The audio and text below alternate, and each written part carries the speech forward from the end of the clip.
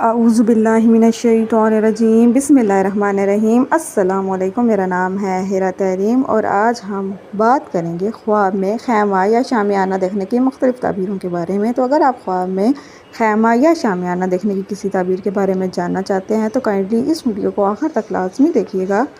आइए तो शुरू करते हैं ख्वाब में खैमा या शामियाना देखने की ताबीर के बारे में। अगर कोई ख़ुद को ख्वाब में खैमे या शामियाने का मालिक देखे तो ये उसके सफ़र पर रवाना होने की अलामत है।